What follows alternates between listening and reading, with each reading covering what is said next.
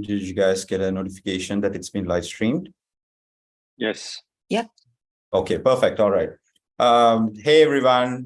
Another edition of the crypto VC pitching sessions by InnMInd.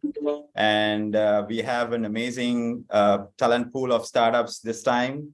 And we also have very interesting VCs joined us here today.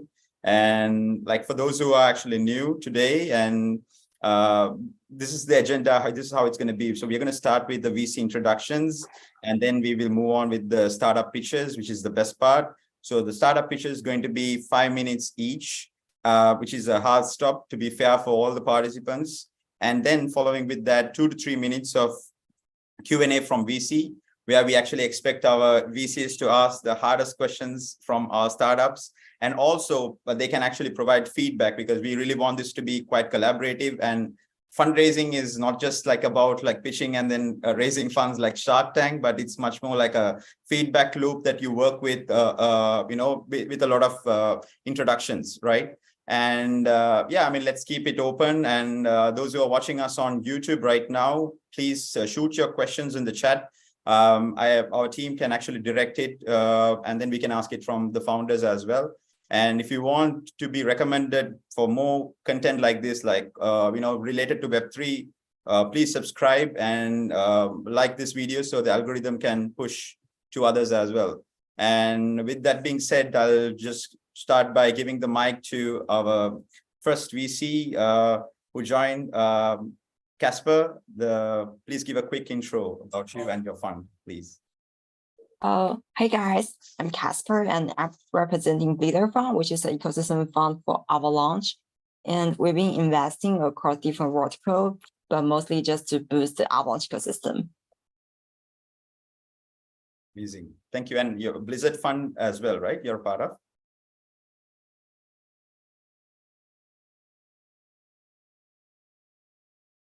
Casper? Yeah. Yes. Okay. All right. Maybe I can give the mic to Jeffrey. Sure. Thank you. By the way, everybody who's here tonight and is willing to pitch and present themselves and get feedback, because that's the only way that you learn, right? But my name is Jeffrey Brewer. I'm a venture partner and advisor to Mulana Capital, and we are a small boutique VC firm. Where we mostly actively still deploying capital, looking in towards infrastructure, security, onboarding, offboarding, that kind of projects that we're currently looking into. We have around 18 portfolio companies right now, and we're always happy to help projects. We quite often come in pre-seed, seed, and sometimes strategic rounds because of our network. Great. Thank you, Jeffrey. And we have our great friend Rick here right on time. Rick, why not introduce yourself and talk about your fund? Hello, everyone. Rick. We can't hear you, Rick. Can you hear me well now? Yes. Now it's perfect. Yeah. Yes. Awesome. Hello, everyone. Rick from Outlier Ventures. I'm the program manager for the NewBase Camp, which is as a Web 2.5 investment thesis, been in the company for a couple of years. And usually how we program manager works is we collect all the relevant startups, we send them to relevant programs. We have 4 running programs at the moment, 3 starting in January. So looking forward to hear the pitches and spot the next potential applicants. Thank you so much, Rick. And looking forward for your feedback as well, so that startups can actually learn, the process, how Outlier Ventures, looks at projects, what kind of things that they're looking at. So hoping to see that. And so while, other VCs, they can actually join later. I think let's not delay anymore. We'll jump in straight into the startup pitches. Firstly, I want to give the opportunity to Anuj, representing Wall. Hi, Anuj, can you present your screen?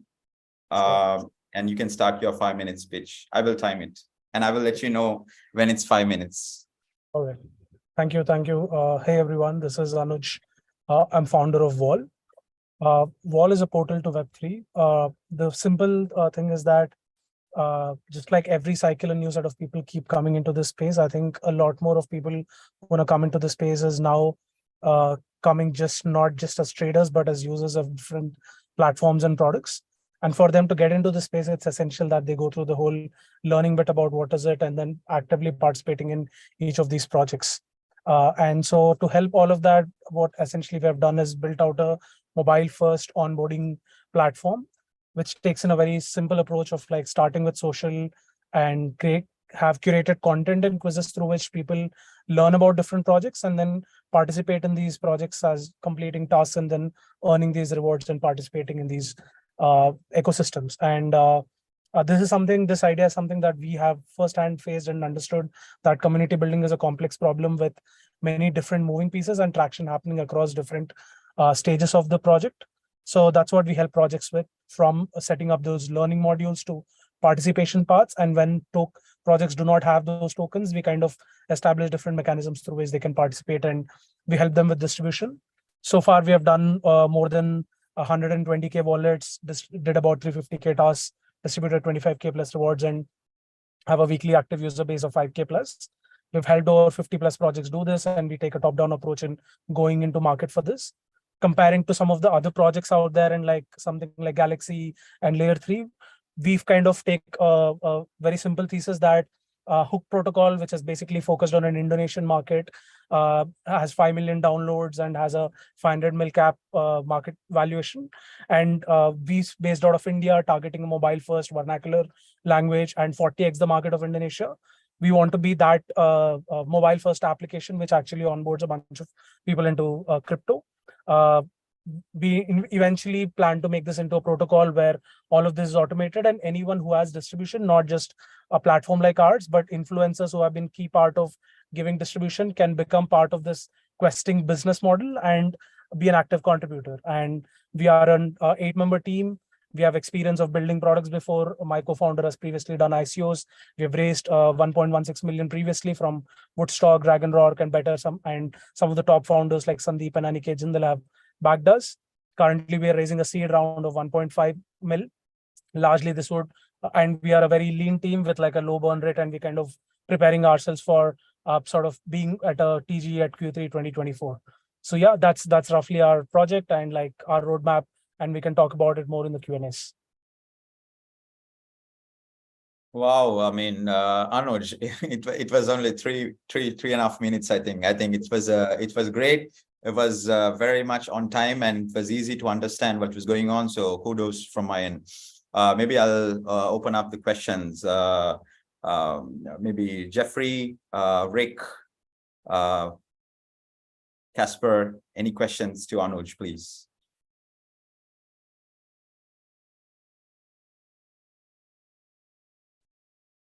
Yeah, like I said earlier, might be a little bit of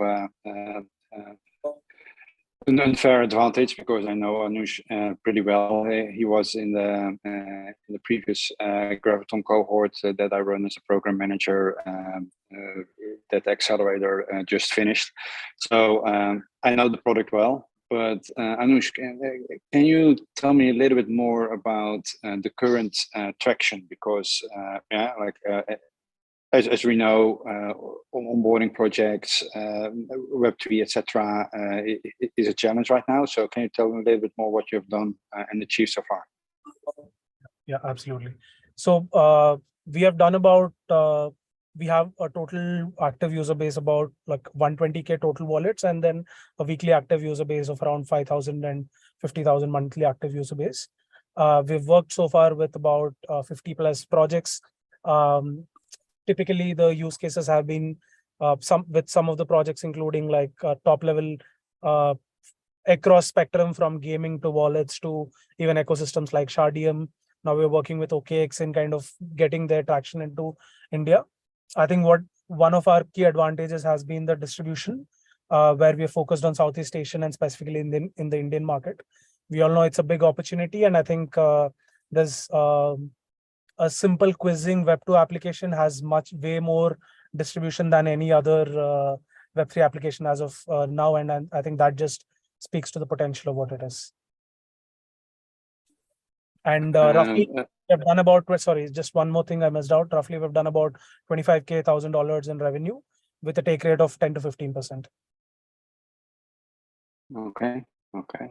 And region-wise, right? Like user experience and localization is very important.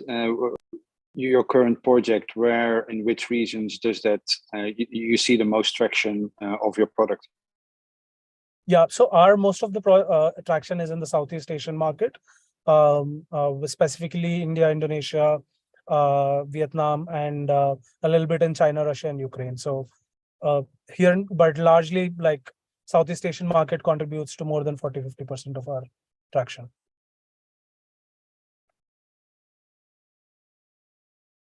Okay, all right. I leave the floor for others. Yes, I have another question privately from a VC. Yes, Rick. Yes, Rick, please go ahead. A question regarding your go-to-market. I think you're very focused on protocols, but what about, I think there is a strong need for applications as well to get users. Will they come later? Yeah, so if I understood correctly, like what about getting traction to applications? In fact, more than sort of like 70-80% of the projects that we have worked with is actually applications. Typically, we work with applications which at least have an MVP or something to try out.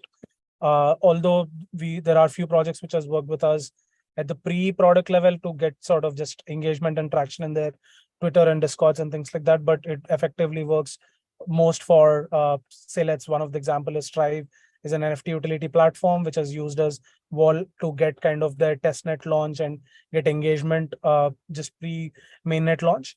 So yeah, applications is actually where we actually generate our revenue also largely, and ecosystems are that funnel which integrating Shardium then opens up opportunities for all the dApps in Shardium, for example, and similarly with OKX. So ecosystem is more like our top of the funnel, and then eventually dApps is where we kind of provide value and get revenues from. Awesome. I need to put you in touch with a couple of companies I'm working with that were very synergistic. It's very interesting. Very nice pitch as well. Thank you. Thank you so much. Great. I think we have one introduction on the way already. Thanks for the question, Rick. And I have some questions from YouTube for you, Anuj. Did you have any use cases, results of marketing campaigns for Web3 startups with high ROI? Maybe one question, and I have a lot coming in. Maybe you can give me a short answer. Sure. So basically, I'll put it very simply. The Web3 gaming CAC is roughly about $2.50, and we've been able to get some of the games that we've worked with, like a D4 retention of approximately 60% with a top line of like around 2,000 users coming and about 60% of them retaining after D4 at a CAC less than $1. So that's been the attraction. So I think we have done that at a medium to smaller scale right now. And what we have is the distribution network through which we can actually scale this. So because we're taking an influencer inclusive approach. Okay, all right. And another question before we jump into the next page is, this is from Just Plug. Two questions, actually, I'll tell both. Who owns users' data from your campaign? What are you doing with users' data at all? Yeah. So basically, we look at on-chain data as a quality metric for a particular user. Currently, we are operating in a Web 2.5 fashion where we are monitoring on-chain data and kind of linking that at our end. But as I said, our next sort of stage is becoming a protocol where looking at the credentials, we want to create something called a persona. Currently, the membership NFTs and the proofs that are being issued are NFTs, but they are just not automated yet.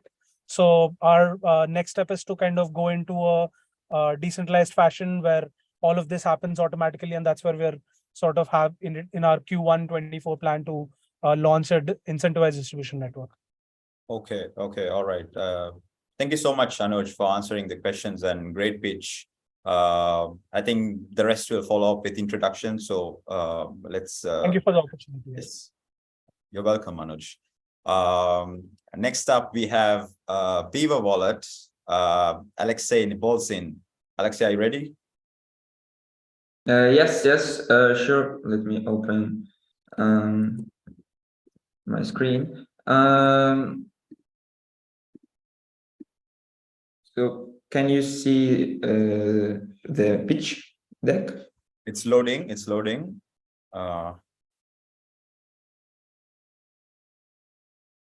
Yes, I can see it right now. Perfect. You may present it. I'll time it over here, Alexei. Okay. So hello, I'm Alexei Nibolsin, and I'm here to present you Beaver Subscriptions. So it's actually the main feature of the service is subscriptions. So we started as a wallet that supports subscriptions and periodic payments, but then we realized that we should switch more focus on the subscriptions part. So right now we are a service that helps merchants accept the crypto payments for their subscriptions. So what is the problem? The problem, people want to pay for their subscriptions with crypto, and it is shown by the fact that multiple services already integrate crypto payments on their website, you can technically pay with crypto for your subscription, but you're required to make a manual payment. So you're shown an address and you're required to make a manual payment, and you're required to transfer this amount like every month manually, which is obviously bad, like for user experience and for merchants, because they lose money because users don't keep up with the subscriptions. And so our solution is a gateway that connects merchants with the users' wallets. So the idea is that multiple wallets integrate support for subscriptions and show to the users like detailed information. You have this subscription, you paid this amount, and the gateway communicates to the wallet, hey, just please transfer this amount of tokens to this address every month. The wallet says okay, and so that's it. So this format is very scalable. So there are no restrictions, no smart contracts involved. The format is very simple, and this makes this solution great. So our target audience is people that see value in paying crypto. It can be like various reasons, but don't want to get into the details on how blockchains work. And we target those people and those businesses such as VPN services, maybe password managers, and other, for example, privacy-focused tools. But in the future, just any companies. And so our monetization is simple. We just charge a small fee for every payment. And our progress to date is that we talked to several projects. We showed interest in integrating subscriptions. Also, we got a grant from Base Blockchain. It is a blockchain recently launched by Coinbase. So for the wallet, actually, we made a beta app that was tested by some users, and users said like, cool, we love the subscriptions feature. And we've got a few just really like small traction on Twitter, in the email waitlist, and some people in Discord that shared feedback. So market analysis is that total subscriptions market is $1 trillion right now. In certain countries, crypto is banned or like it's hard to access. And we have $6 billion left. And we estimate that around 1% of people will be willing right now to perform their payments in crypto. But we also expect this number and this percentage to grow. So the subscriptions market itself grows by 18% a year, and we expect crypto adoption to grow like by some big number a year once projects that make crypto subscriptions easy show up like ours. So competitor analysis, our main competitors are Superfluid and Unlock Protocol right now. So Superfluid requires users to wrap their tokens, which is like super inconvenient for the users, like the user that just don't understand what it is. Unlock Protocols requires like an approval from users, and so tokens are pulled from the users in the background, and users just sometimes, for example, if you forgot that you had a subscriptions, your balance just gets lower and lower and lower. You just don't understand what's going on, which is also like bad user experience. And so why to build such a product right now? The main thing is smart wallets race. So smart wallets in general are becoming better and better, but also ERC 437 has launched recently, and the ERC 437 boosts smart wallets. And so our smart wallets will grow big, and smart wallets are actually wallets that are able to integrate subscription support natively, and we focus on collaborating with them. So the team is me, Alexei Nibolstein. I'm the main person on the project. I've been in the Ethereum ecosystem engineering for 1.5 years, also made a mobile app for Aave. And then we have Anastasia Luptsova, who is head of business relations and marketing. She has 10 years of experience in sales, marketing, and starting various businesses. So our short-term roadmap is to first validate the entire pipeline of payment, so to connect with merchants and users and wallets, and to perform like a deep research of what exact niches like password managers maybe or VPN sources would be most interested in integrating crypto payments. And then also in 6 months after that, scale and get our first 1K active companies on the platform. And so funding request, we either request like 100K for this first step of more of a validation step, or like 500K for that more a little bit long-termish step. Thank you very much. Thank you so much, Alexei. And one thing is, I'm really happy to see very young blood building in the space and, you know, like implementing projects and going forward. And I was just wondering, like, what was I actually doing when I was like 19? And I think a lot of us, like, we must be asking this question as well. But nevertheless, let me just open up the Q&A. Yes, Rick, please. One thing I didn't get is why the subscription require a tailor-made solution. What's different from one time off? Because I think subscription is great for you, but why focusing on subscription? So one-time payments are already available in crypto. There are already like plenty of projects that, for example, on the here you like gateways that help you perform manual payments. So there are already a lot of projects like that. But subscriptions is something not really solved right now, and so because of that, we focus on it. Have you ever thought? I think it would be interesting for Web2 users, even to think of staking instead of getting the rewards in terms of staking, matching a recurring income to a recurring payment. So imagine your USDC put on stake on a wallet instead of getting your APY. It's the value proposition for the wallet itself could be this staking pool is paying for your Netflix, for example. I can see from a Web2 users understanding easier what that would mean. I don't know if it's a path that will make sense for you. Okay, we definitely have not thought about it yet, but we will consider it. Sounds interesting.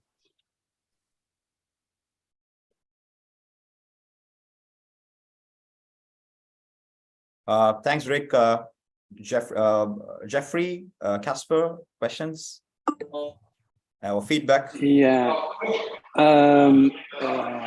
Thank you for your presentation, by the way, Alexei. Can you still explain a little bit more about your technology? Because recurring payments is indeed a thing that's not widely distributed yet amongst equipment payment, but I didn't really get how you technically solve that issue.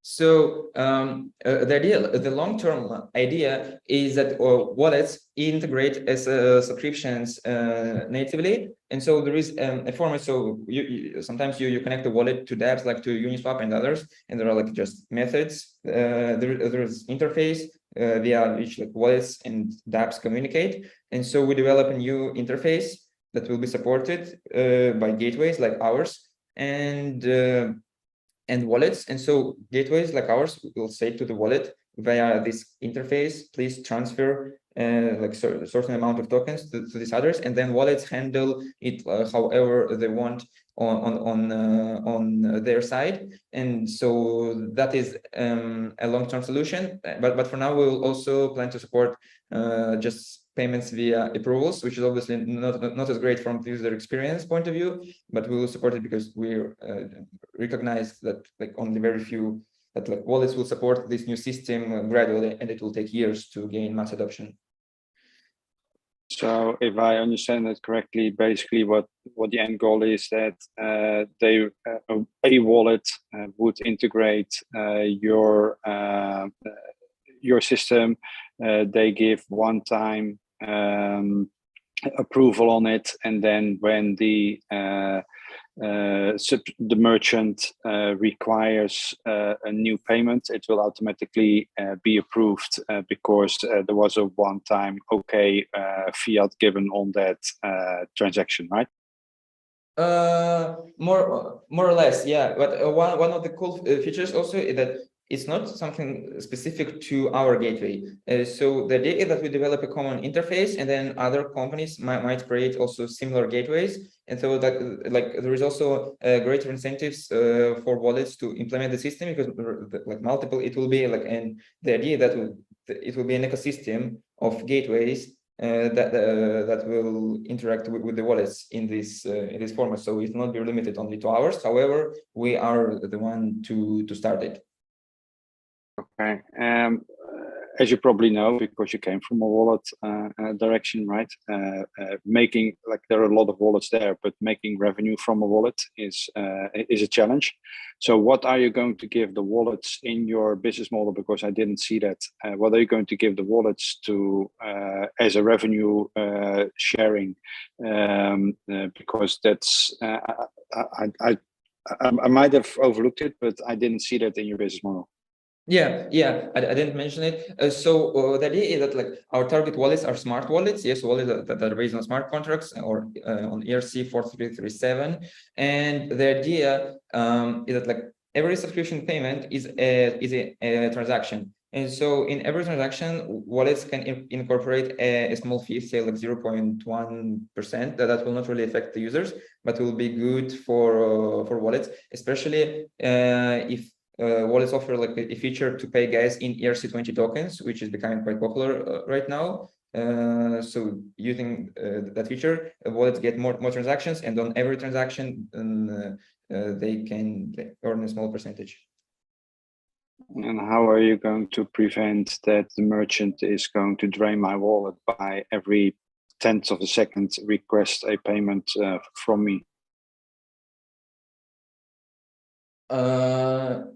Sorry, could you repeat the question? I say that the merchant normally he would request or at least get a payment every month, right? Who sets the parameters and how is that parameters secured? Because if somebody would be able to get to those parameters and they are a merchant, then at that point they could drain my wallet by sending payments every 10th of a second until my wallet is empty. So the idea is that wallets integrating are smart wallets, and they're based on smart contracts, and in their smart contracts, they make it so that it is secure enough. Okay, thank you. Amazing. Great. Thank you so much for the very, very smart questions, Jeffrey. It's it polishes the thought process as well. And I think if maybe we have Taibu here from Vista Labs. Taibu, I think did you take a look at this pitch? Any questions from your end? Yeah, I mean, yeah. I've just turned in my video because it's too late on my end. Sorry about that. And I really appreciate for the presentation, Rick, and because I'm the one personally interested in this kind of concept, because I'm operating my own validators for several ones, and so I pay for the other AWS and Virtue, everything. So they just let me just pay in cryptos, and but the problem I have is I need to check the date to just to feed the subscription or server user using the cost every month or every several months. So I'm the one who definitely want to use it, but I'm just wondering kind of the technical process, make it possible, this kind of process. For example, maybe account abstraction feature may allow this feature to, and because the reason is the periodic subscription, the crypto is difficult is like every time like the user have to make the payment, they need to like sign all the contract every time they need it, and like I'm not sure how are you going to solve this problem like without like mentioning about the account abstraction, and if it is like if you already consider that option, like if it would be better just you could just like explain like the technical procedure, like how can you just realize this kind of possibility. So you mean how can I imagine wallets implementing it on their side? Yeah, it's more like every time you make a transaction with the Web3 wallet, like the user need to sign the contract to every transaction, and like I'm not sure how can you make it possible, make it automatic, payment for the customer. Yeah. So the idea here is smart wallets that are based on smart contracts, and in particular, we really believe in ERC-4337 wallets. ERC-4337, I don't know if you know, it is the standard for smart contract wallets, new standard. And so with smart contract wallets, you can do like anything. Because like a smart contract, in a smart contract, you just integrate a rule, like some verification function that says you if this action that someone wants to perform, is it legal or not, and then you just from an externally owned account you trigger this function, and if it's like if the time is right, the action is executed. But if this verification function says that no, it's too early, for example, to do this payment, then the action is not executed. So the idea is that you trigger from an externally owned account things that whenever the time is right, but also in your smart contract you verify that the trigger is not malicious. I don't know, Taiwo, Okay. did he answer your question? I don't really like understand fully at this moment, but like yeah, well, let me just like digest it. Yeah. Yes. Maybe I think Alexei is a very young builder, and he would be very happy to kind of get on a private meeting with you and to kind of learn and to kind of understand new perspective, how maybe he can be improvised or what could be improved and things like that. So yes, we can definitely look into it. Yeah, I would be happy to do that. Sure. Okay. All right. Thank you so much. Then let's move on to the next pitch. Alexei, thank you so much for your pitch. And also I have a surprise that I have a competitor waiting for you to pitch. He'll be pitching right after the next pitch as well. But let me just give the opportunity to Steve from MyGeoTokens. Steve. Yes. Are you ready? You're muted. I am ready. Can you see my screen okay? Yeah, you can see it. I'm going to time it right now. Yes. Okay. All right. Welcome, everybody. I am Steve Ennis. This is the seed round opportunity for MyGeoTokens. What are we solving? Well, there's a problem with NFTs right now, and that's they're failing to achieve mass adoption. The big problem is there's no chance that my dad's ever going to figure out how to collect these things or use NFTs. No one knows what they are. They're too expensive. You can't buy them by double clicking the side of your phone, and you can't restrict on location. Our solutions in white will put NFTs eventually in my dad's wallet. What are we all about? MyGeoTokens is the world's first geospatial NFT marketplace. We let anyone drop NFTs in specific geozones around the world. And if you're inside this map geozone, you can snag them. Let's dig in. Imagine you're at Game 7 of the NBA Finals. In the closing seconds of the game, Denver hits the winning basket. The NBA fan engagement team spring into action. They create their championship NFT. They set their geofence, which is the venue of the event. And then they are able, everybody in attendance is able to swipe down and collect. We make money in 3 primary ways. We take 20% cut of anything dropped and charged for on the platform. We also take a 5% royalty on all subsequent transactions of items and collectibles originally dropped on the platform, and we become collectors. That is to say that 5% of everything dropped gets auto-deposited in our wallet to be managed accordingly. We have a US patent pending on essentially geofenced NFTs, just a proof of location. And who are we? That's me. I'm Steve. I'm a business executive, have been for a lot of years with a track record of leading teams, but most importantly, making money. Aid Cooper has worked with the biggest brands in the world.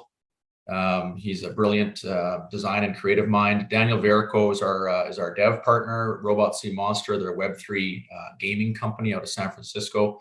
And Kevin Lin, he's our blockchain lead. He's worked on Nifty Royale and Engine, a couple significant NFT projects. Where have we got so far? Well, we're 20% into our platform build right now with Robot Sea Monster. We're growing our socials daily and enhancing our Discord. And on October 20th this year, obviously, we'll drop our limited edition pre-sale NFTs. So what does our roadmap look like?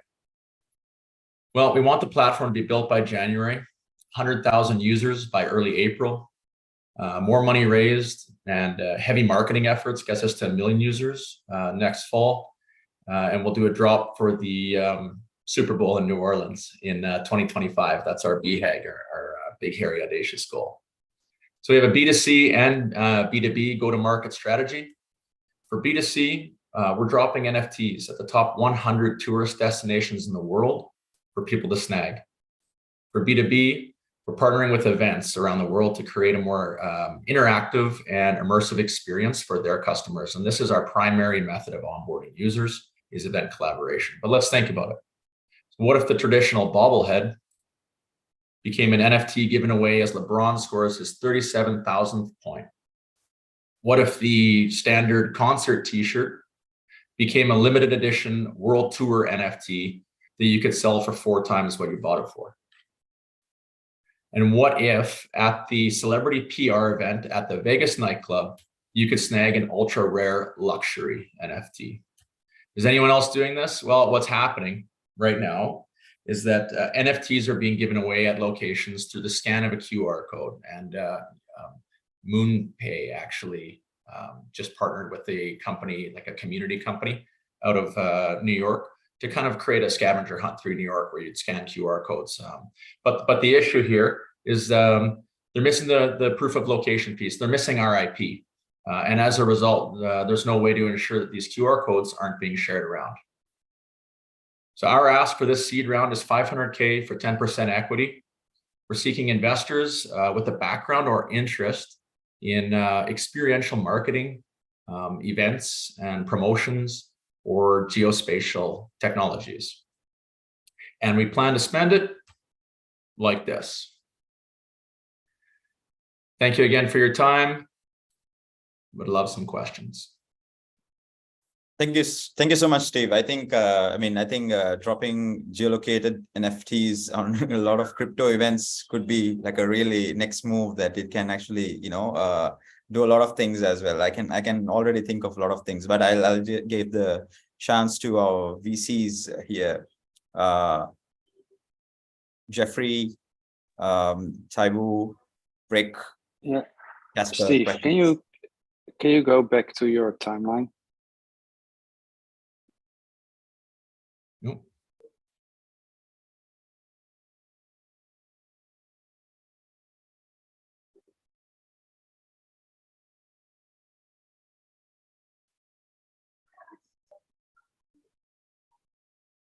Okay. So according to this,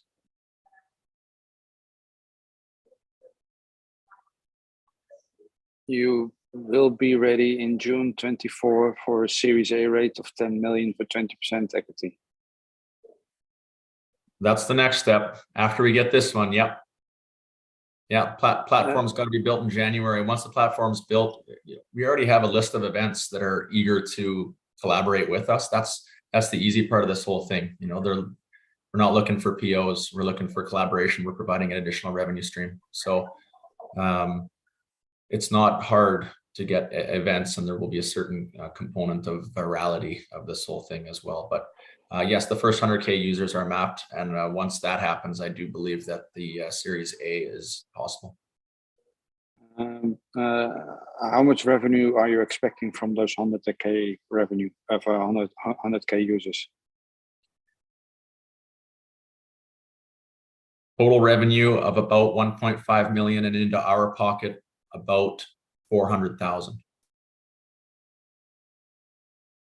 I've got an additional package that I could send to anyone who's interested as well with some of these details. I'll leave the floor for Rick. From your narrative, I got that there's competition that is QR code based, and basically your differentiator secret sauce is the geographical limitation of tech. It sounds to me from a different path. You reached something I've seen over and over again in Web3, which is similar to those Web3 version of Pokemon Go. They're also geographically based, and many of them actually try to get in the event space. So starting from a different starting point, they're actually converging into your industry. But we haven't seen many of them succeeding. So what do you think is different? What's your really key secret sauce that you think you have compared to the others? Yeah, I think that we're allowing the events to create their own collectibles, rather than have to collect a Pikachu or whatever it might be in Pokemon Go. But I was a huge fan of Pokemon Go too. But no, we're allowing them to make a bunch of money off of this. And I think that's the secret sauce is, once we lay out what it looks like, if you've got 10,000 people in attendance, we're going to create 4,000 of these, total supply available. They're going to be sold at $50 each, and you start to tell a pretty compelling story of money made. That's where it's a little bit different than the Pokemon Go's of the world.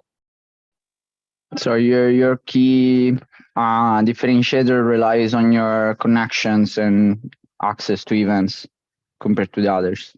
Certainly out of the gate, because that's where I think a lot of the initial users are going to come from. I do believe this will become very popular among all influencers who are looking for additional revenue streams as well. I think there's all sorts of use cases for this. Geocaching, charitable companies. Somebody asked me at a conference a while ago, we do beach cleanups. What can you guys do for us? Well, it's simple. You could get somebody to donate an NFT, and you draw a geofence around the beach cleanup zone. And then you need to be on the beach in order to buy the NFT sort of thing. So I think there's a lot of use cases, but out of the gate, yes, it's events that we're going to be targeting.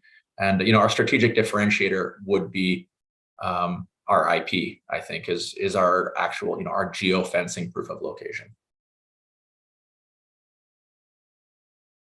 Got it. Thanks. Thanks, Rick. Quick question, Steve, because now that I'm still looking a little bit more on the roadmap, right? You look to raise 10 million in June 24. You're looking to raise indeed 100 million in 24. I don't know if we're going to be in a bull market again next year that would support these kind of numbers, but that's something else. But how are you going to spend $10 million in 6 months? Because what are you going to do with it? Yeah. So a piece of it is going to be version 2.0. There's a lot that we want to do with the maps. So there's two primary pieces of technology, with our business, right? Is blockchain is one, and geospatial tech is the other. So right now we're at a place of 2D maps, but where we want to get to with version 2.0 is 3D maps, right? So you can drop an NFT on the 14th floor of a building in New York City. But that's a month later that you're going to release that one after you raise 10 million. So have you ever heard about the book A Mythical Man Month? That it's like it takes 9 months to create a baby, right? But it doesn't take 9 women 1 month to create a baby. Right? This is sorry, but like development technically, this is so many red flags. I'm sorry, like I might be totally wrong here, but these are red flags when it comes to software development, especially when you put it in this way, right? But then also, where are you going to spend 100 million in December 24? Like when you're going to do an NFT drop, which you technically can do for free, right? Like, why do you need 100 million? Yeah. So back to the 10 million. Some of it, and that's in July 2024. It's MyGeoTokens version 2.0 released. We want to be working on it before July 24. But most of that $10 million is going to go into marketing, and primarily influencer marketing. We're looking for guys like Logan Paul, other guys who are big in the crypto game, to start promoting and pumping their own drops at events. So of that 10 million, it's about 7.5 or 8 million that we have sort of planned for marketing.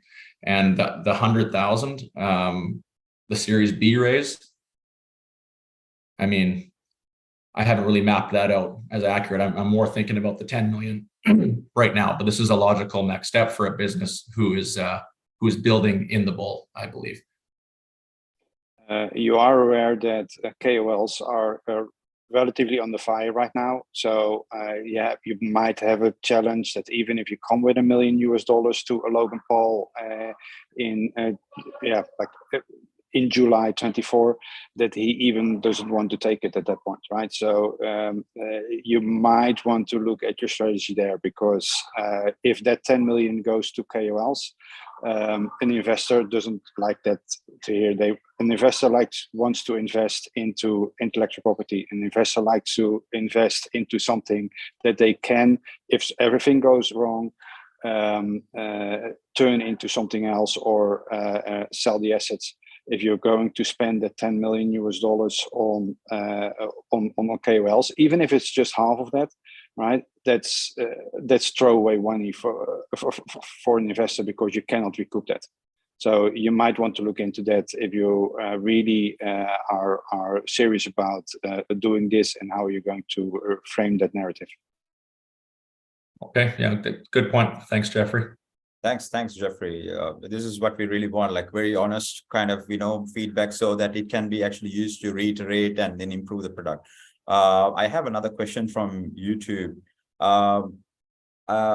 Short question from Alex. Why do you need US patent instead of just registering your tech for prior rights in a Web3 registry? Well, at the advice of our legal fellow, he seemed to think the US Patent Office was the best place to start. And once approved there, you can kind of move across the world. But I honestly, I haven't looked a lot into this. I'm interested in learning more. If this is something that makes sense, I'm definitely interested in talking. Yes, I think you should check out Web3 registry as well. I mean, since Web3 open source, this conversation is there, I think it could be quite helpful. I think for now, I think we are good with the questions, I believe. And thank you so much, Steve. Thanks for presenting. And we'll follow up later with the introductions.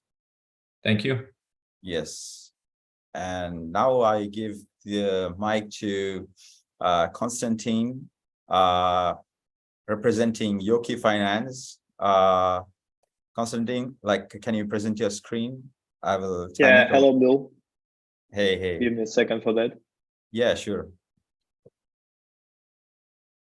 Can you see my screen now? Yes, we can see the screen right now. Yes. Yeah, I was very surprised to find that I'm not the only Web3 subscription payment company pitching today. Yeah. But that's great, and I find that like a signal that we're moving towards the right direction, that more and more companies are onboarding. to that space and seeing that that space as with high potential. Yeah. So let's start. Why even care about Yoki? We already have agreements with 11 business customers, and some of them are really notable. I will come back to that later on the traction side. We took third place at the Dora Hackathon among 357 projects, and we were the finalists at Tech in the Show. And the space is very emerging as the recurrent payments in fiat expected to be 1.5 trillion, and in crypto it barely exists. So what the problem are we solving? There are already like 30+ million active users in Web3 monthly, and there are a lot of the businesses that are accepting payments on the subscription model. But that businesses, they are accepting payments either in fiat or they are doing the payments manually month by month using invoices, etc. So customers are losing time on that, and businesses are losing money and opportunity. And for subscription-based businesses, manual every month repayments from the users hurting their retention a lot. Moreover, Web3 recurrent payments has a lot of the advantages in comparison with TradFi ones. So the recurrent payments currently are only available in 50 countries. It has high fees, and it's very time consuming. If you ever missed some payments and paid for the subscription that you are not willing to pay for anymore, you will understand that. In Web3, we can serve any country, the fees are relatively low, and the user are able to manage their subscription quite easily by just revoking their approval for the subscription that they don't want to pay anymore. I will not stop a lot on the market size. You all know about the subscription economy. It's booming for more than 20 years and keeps growing. The companies with a subscription-based model, they have much higher revenue than the another ones. Web3 is growing despite the bear market, and Web3 subscription economy is on the cross of these two trends. So what is the solution? We're building two-part solution. The first one and the fundamental one, we're building the infrastructure that will allow developers and founders to build their own subscription-based products. And on top of that infrastructure, we are building our own permissionless platform that will allow anyone with their Web3 wallet to start accepting subscription payments. We have already onboarded 11 businesses with an agreement on the integration, and most notably, our target businesses are the payment gateways. So we are interested in, which are interested in expanding their product lineups with Web3 recurrent payments. So by using this integration, we can leverage their existing customer base and offer our services to hundreds and thousands of their customers without an additional marketing budget or additional business development. So there, our revenue model is quite straightforward. We charge fees on top of the transaction. Currently, we consider 2% fee, but it may change in the future. The competitor landscape is quite competitive, but we do differentiate here. So the majority of the companies that are building Web3 recurrent payments, they are building it as the payment gateways in a gated manner. So in order to start accepting payments, you have to speak with a manager, you have to sign up, provide all the documents, etc. We are building permissionless platform where in order to accept the payment, you will need just your wallet and creating the contract that to which user would provide an approval and start automatically paying. There is one competitor in the space great product that I personally love, super fluid, but they building and they are already built a permissionless platform, but their business model is completely different. They are building a streaming payments, which are not suitable for the majority of businesses. Constantine, we have 5 minutes in. Maybe you can wrap it up. Yes. Okay. Yeah. So we have already launched one product. It's a dollar cost averaging in Web3. It's in private beta and it has around 400 transactions currently for 1 month. We are launching this month this in the public, but we consider that more as a public good. In this quarter, we have a pilot integration with our first customer. The next step for us is to create the gateway integration into the payment gateways. And only after that, we will start our fundraising with when we already find our product market fit. And the next step is permissionless platform and providing this as a service. So subscription as a service. Yeah, so basically that's it from my end. Okay, all right. Constantine, can you let us know how much are you raising and at what valuation? As I have mentioned, we are currently not raising. We would like to find like product market fit first and be sure that what we're building is really needed for the market. And currently I'm bootstrapping the product, and we have an angel investor who covers the development part of the development. But in the future, right after the integration with payment gateways, we're planning to raise 1 million with 10 million valuation, so for 10% of the equity. Okay, all right. Constantine, thank you so much. I'll open up the questions for VCs. Yes, Rick. Thank you for presentation. It's actually good to see a couple of companies in the same industry.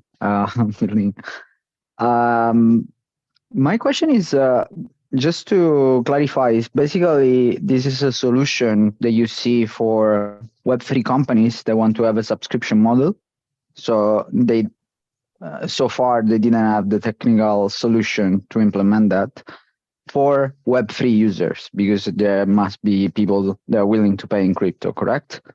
Yeah, or that's you right. see Okay. Yeah, one thing I'm not usually sure about the market size is that sometimes it's a sort of a bias that you look at the overall subscription business in Web2, you just assume there's going to be the same Web3, but then your growth metrics is going to be tied to the growth of Web3 itself. Sometimes it happens through our accelerators that proper Web3 to Web3 solutions, they reach a plateau of how far they can get. So do you think ever in the future in your roadmap, after you saturate the Web3 market, this is going to be compelling for Web2 brands as well, or are you not looking at that?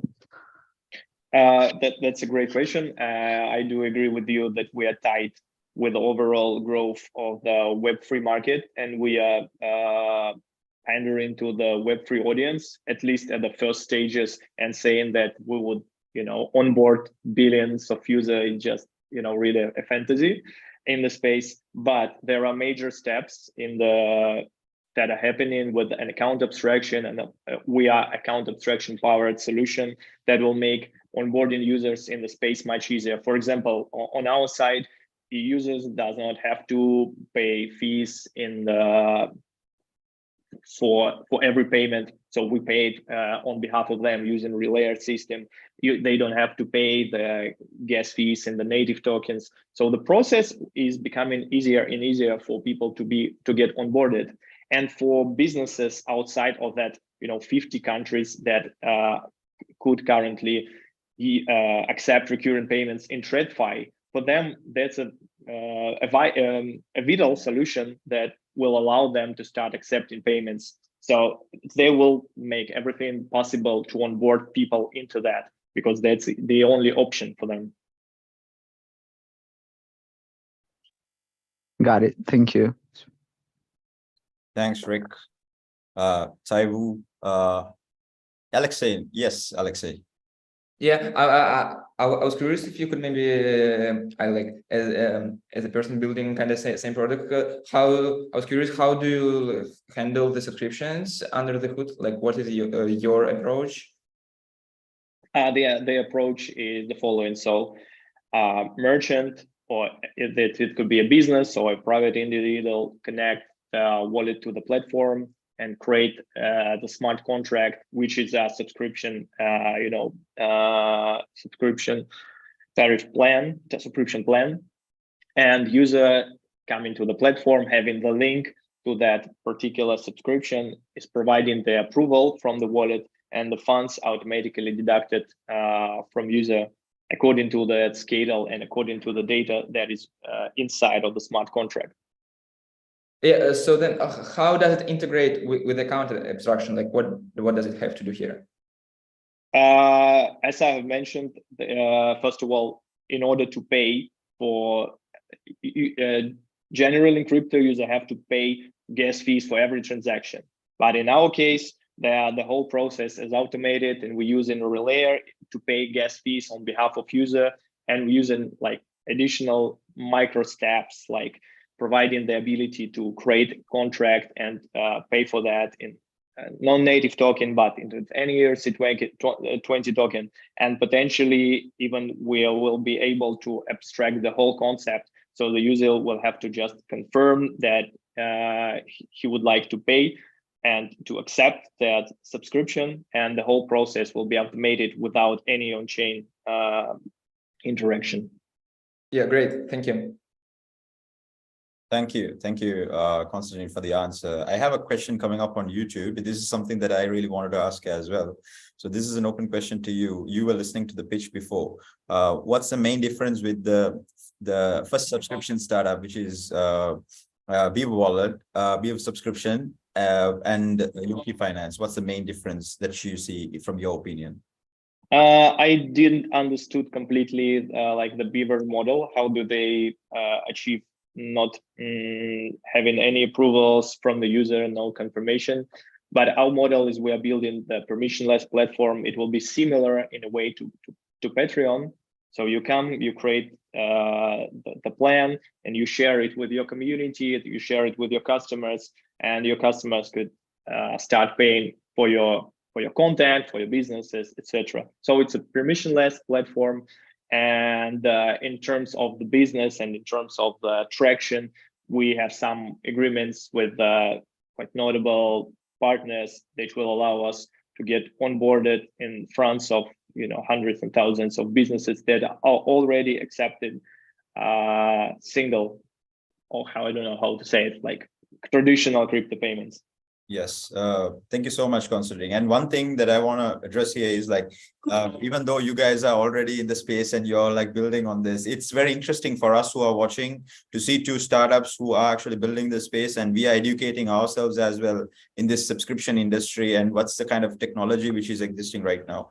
So thank you so much, Konstantin. I think we can talk later with VCs with the introductions. Good job. All right. Maybe you can stop sharing the screen. Yeah, I'm trying to. Okay. I think on Zoom you have to do it. Yeah. Perfect. All right. I think okay. All right. So last but not least, we have Alex Merkin representing Blocksurance. Alex, are you ready? Hey, how's it going, guys? I'm ready. Perfect. All right. Please present your screen, sir, and your 5 minutes starts right now. Can you guys see it? Yes, we can see it. Go for it. Hello, my name is Alexei, and I'm the founder of Blocksurance. We're on the mission to make crypto investments quantifiably safer. Crypto investments are high risk. Investors want to see their digital assets are immune from vulnerabilities, hacks, and exploits. With the launch of Blocksurance, this dream will become a reality. So Blocksurance is a crypto insurance marketplace. The way that it will operate is that LPs will stake some stable coin. We in turn will collateralize this stable coin in order to produce extra yield for LPs. And then from that point on, the users will be able to interact with the protocol. And from the product perspective, they will be able to get insurance for their tokens for 4% premium. There will be basically an extra button in the wallet that will allow them to, for a small premium, obtain a coverage which is issued as an NFT. If you're still wondering how this would work, we put together a little product demo.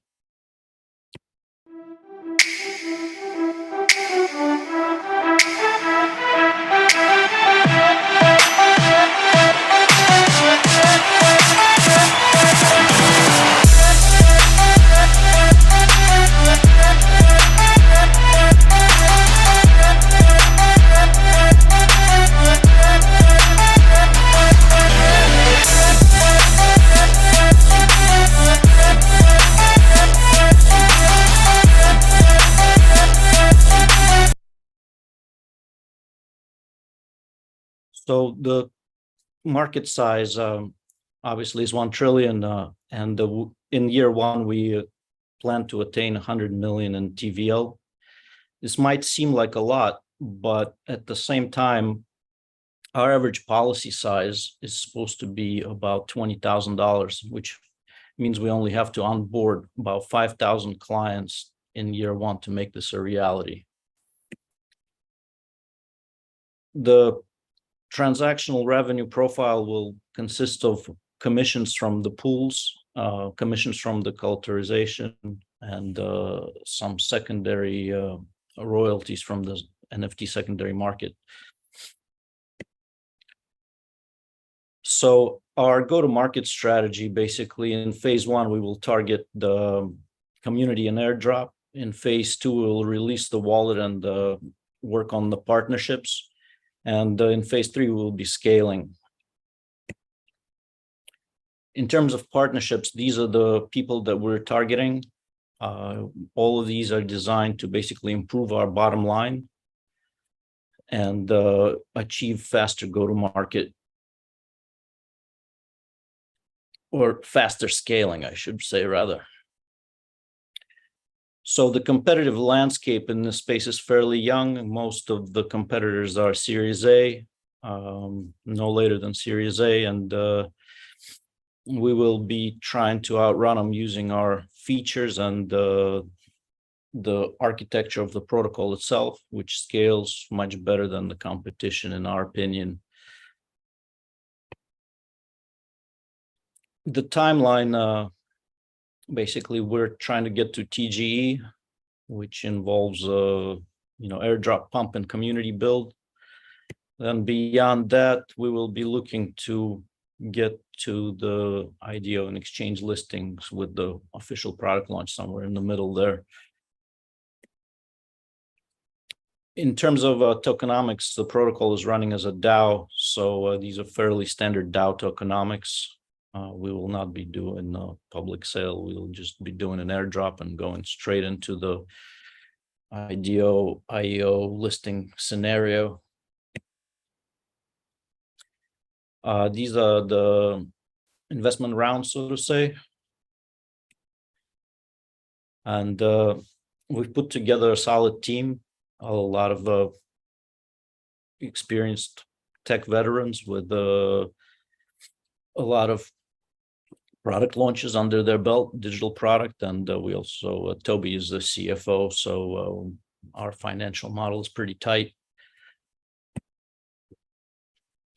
The size of opportunity, I mean, we expect that the pre-seed round will yield about 150x based on our current financial projections.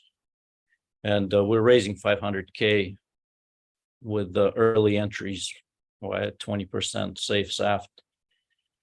The use of funds is basically all of that money will be pumped into the community build airdrop, which will essentially get us to TGE.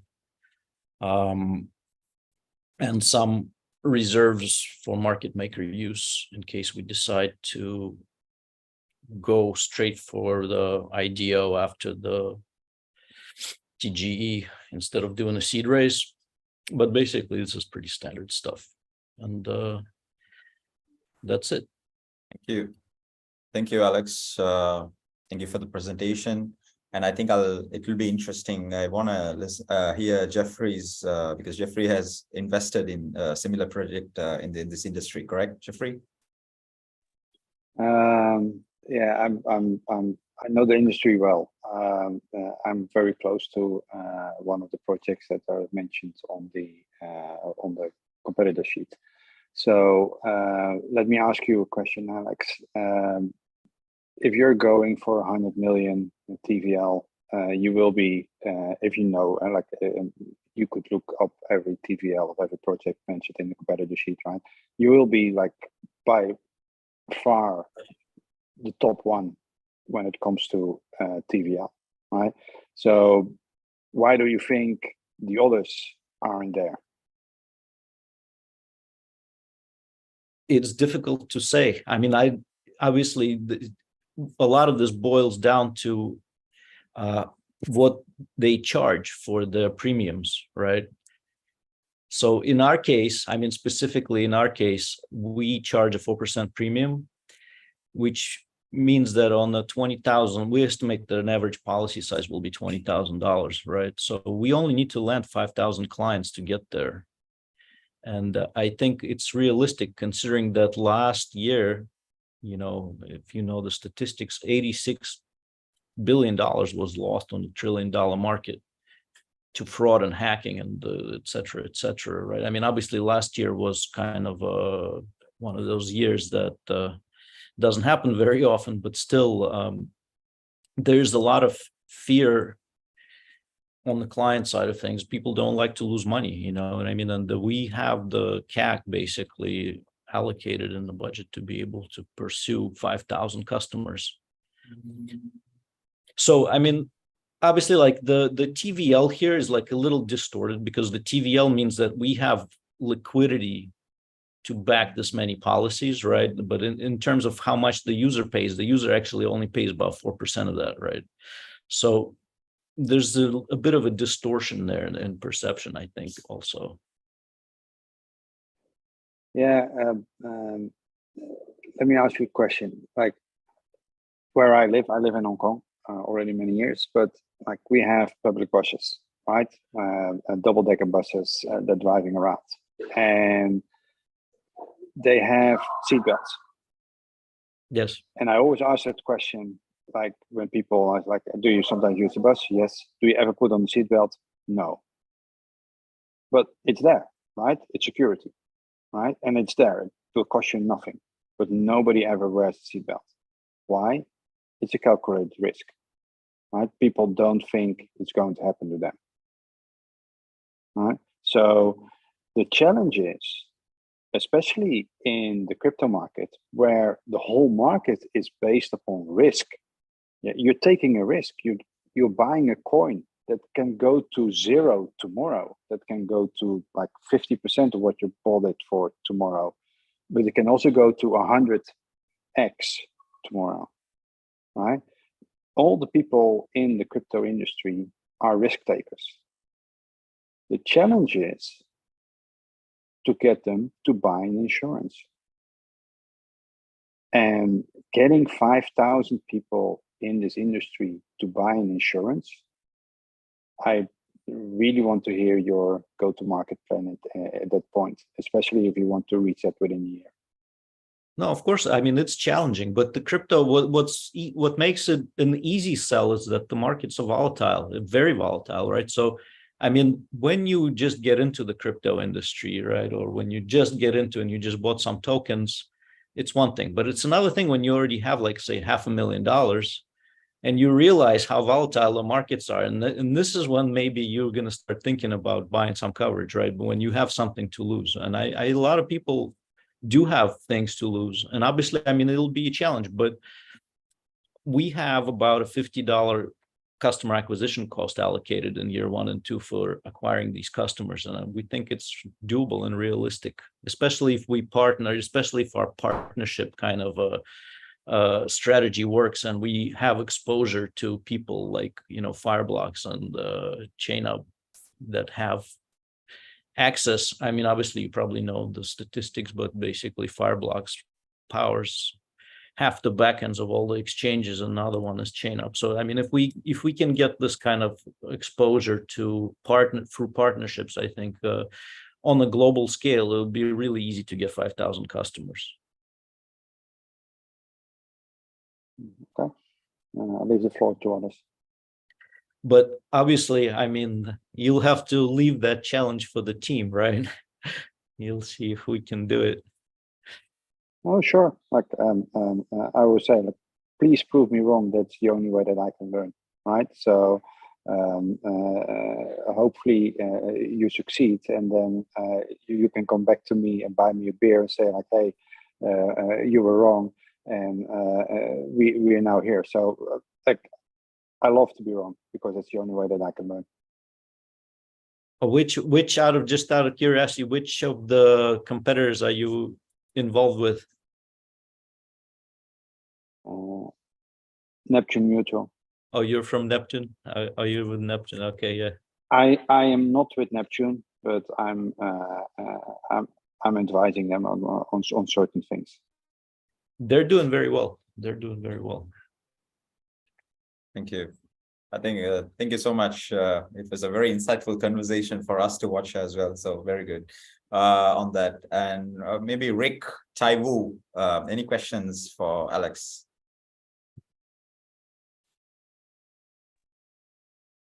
Yeah, I'm just still trying to understand the business. And so it says the service is kind of like the custody service, or like the user just can insure any amount or any kind of activity on their own chain. For example, like if I just like insure for my about a $5,000 worth of my money insured, like if I just try to transfer like through the bridge where all the hackings happen, and if I just report like the hacking events, and are you going to just pay me the insurance like rewards?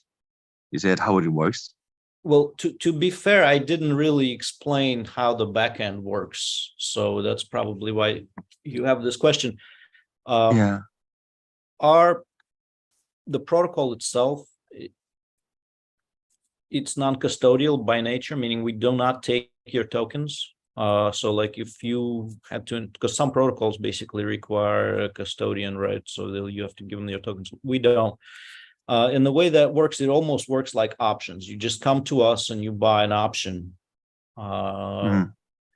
Says that if your asset devaluates to a certain level, which is called the strike price, at that strike price, we will make you a payout in stablecoin. And and the protocol utilizes oracles, Chainlink oracles specifically. So it simply reads the price, right? So the devaluation event, it's simply based on price. If something happens to your bridge, right, and all this, whoever the bridge token basically becomes worthless at this point, right, the price will collapse and the payouts will be automatic. Basically, the protocol handles that internally.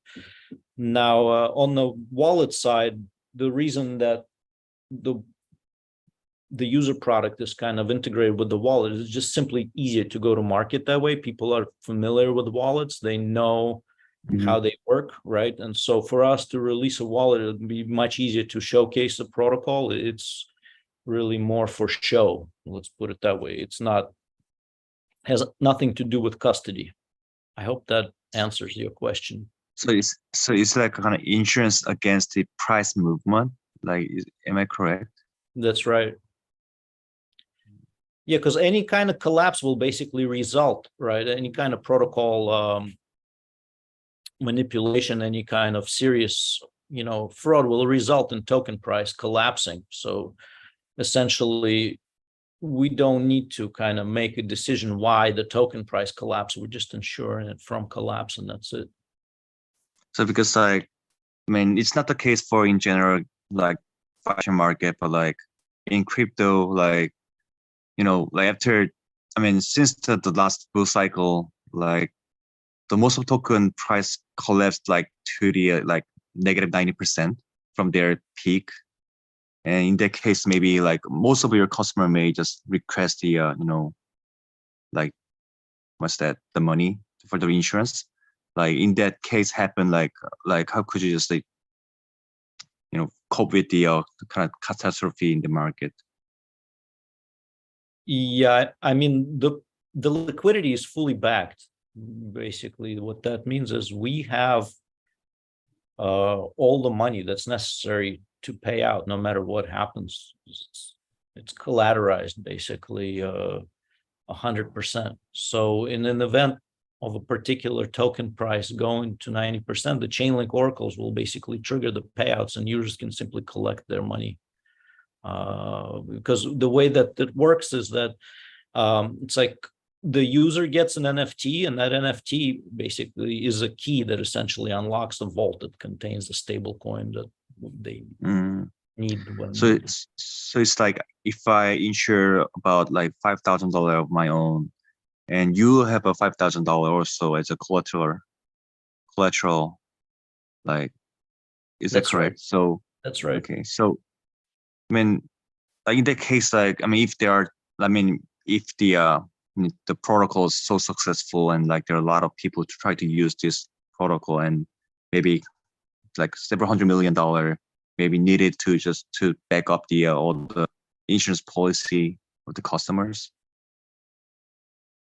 That's the TVL, yeah, and you could see here that the TVL projections basically are here, where we expect, because the market is supposed to grow at the 58% CAGR, the crypto market. So, you know, in year 2027, based on various estimates, that's at least like $3.5 trillion, I think, right? So it is feasible for us to achieve our TVL projections here in that sense. And because the customer, we expect the average policy size to be around 20K, it's not very difficult to get that many customers for us. Because the customer projection is very realistic. So there's like LP who provide liquidity to this pool as a TVL. Yeah.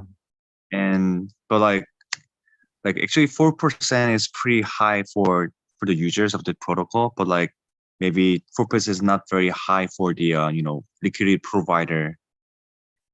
Like then while the liquidity provider, like in this diagram, the liquidity provider basically, he will receive the premiums and he will receive the collateral yield, right? So it's like, for instance, if the collateral yield is around 4% and the premiums are around 4%, the LP will receive 7% because we're only taking about 1%, right? So we're just shaving basically. The LP will receive 7%, the user will pay 4%.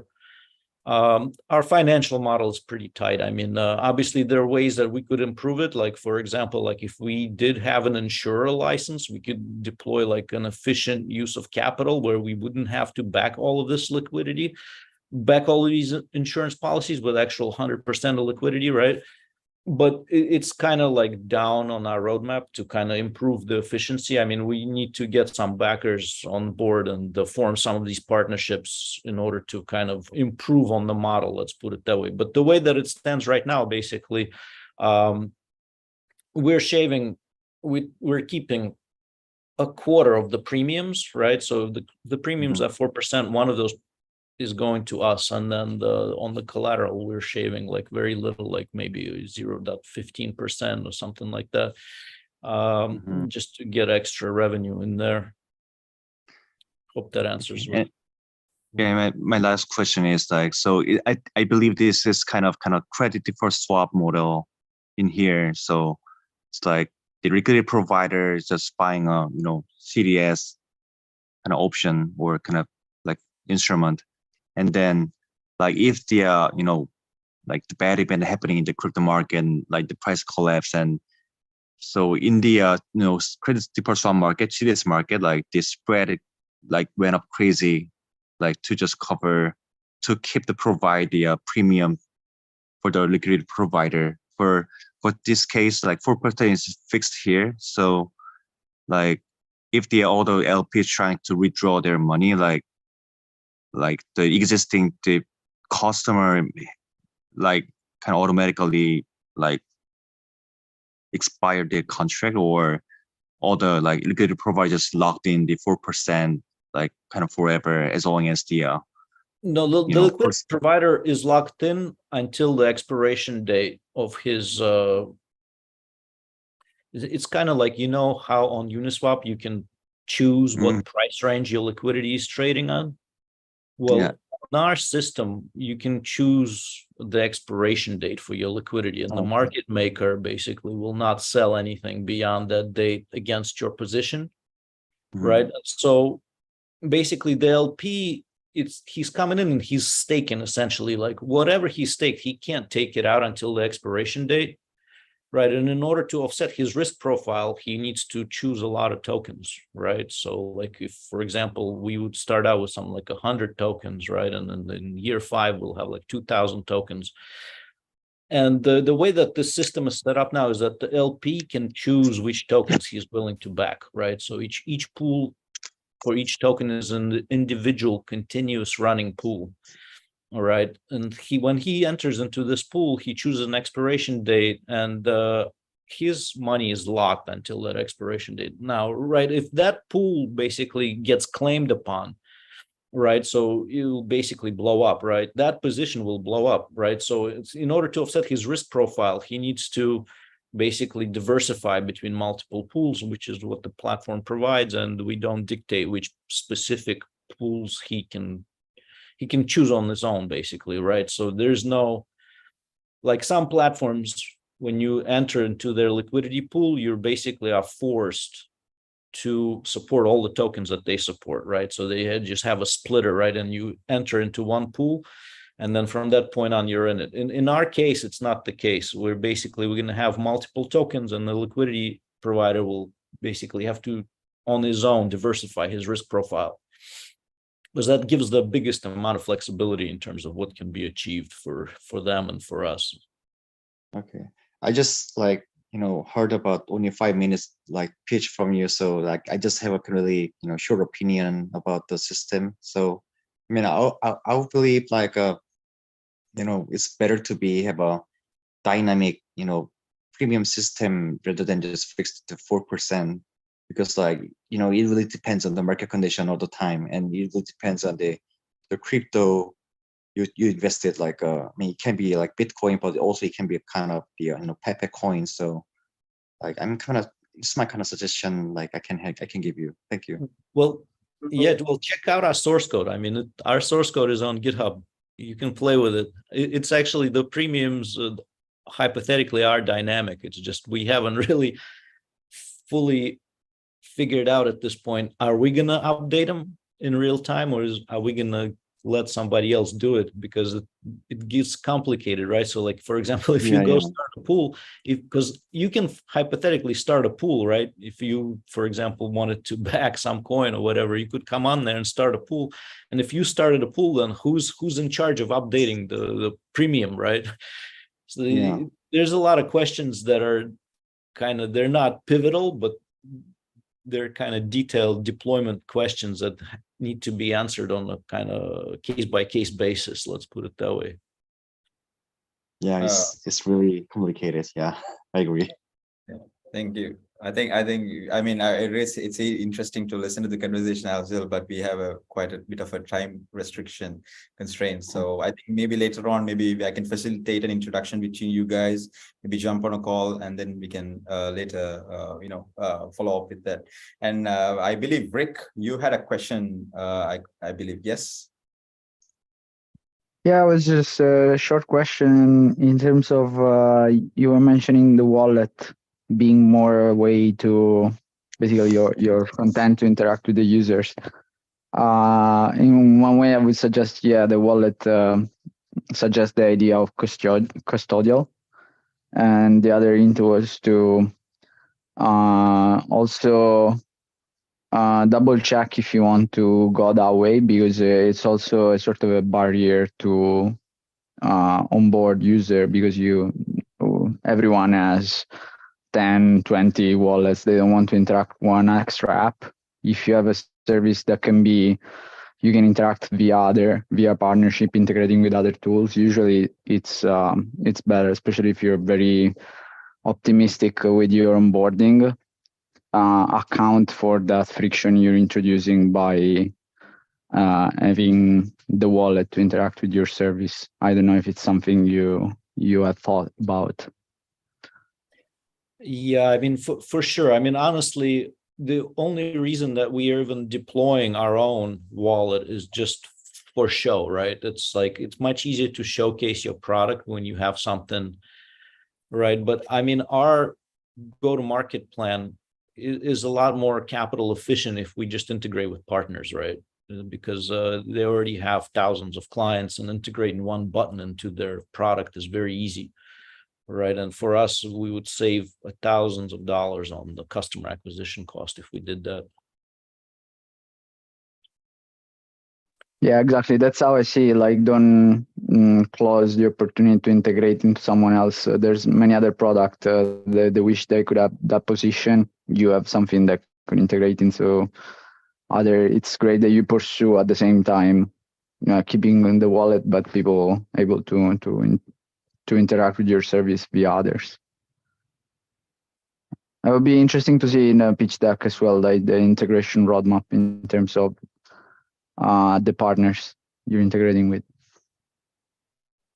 Yeah, Yeah, definitely. I mean, our pitch deck is published on InnMInd, so you can grab it. Yeah, Perfect. Awesome. Yes, perfect. And maybe a final, just to kind of wrap up, final question from YouTube for you, Alex, is that are you registered in Dubai? I think that answered the question, but maybe you can just give me some short questions. And then when does your ICO start? Can you share a link for pre-sale? Maybe you can also like drop a link to your, whatever the details on InnMInd profile, and maybe he can actually check it out. But maybe answering the question in terms of Dubai. So you're currently registered in Dubai, is it? Yes, we have. I mean, in terms of, if you might have seen what our kind of expenditures for the 500K, we plan to spend some of that money on structuring, right? So right now we have a software company, which is a blockchain software development company in Dubai, which is basically the company that owns the IP, right? And so, but in order to operate this properly, we probably need to kind of rearrange the structuring. And if you check out our website, there's a link to the documentation and to the... Alex, is it in mainland or is it in free zone? It's in free zone. Okay. No, mainland has no crypto in Dubai. That's okay. Yeah.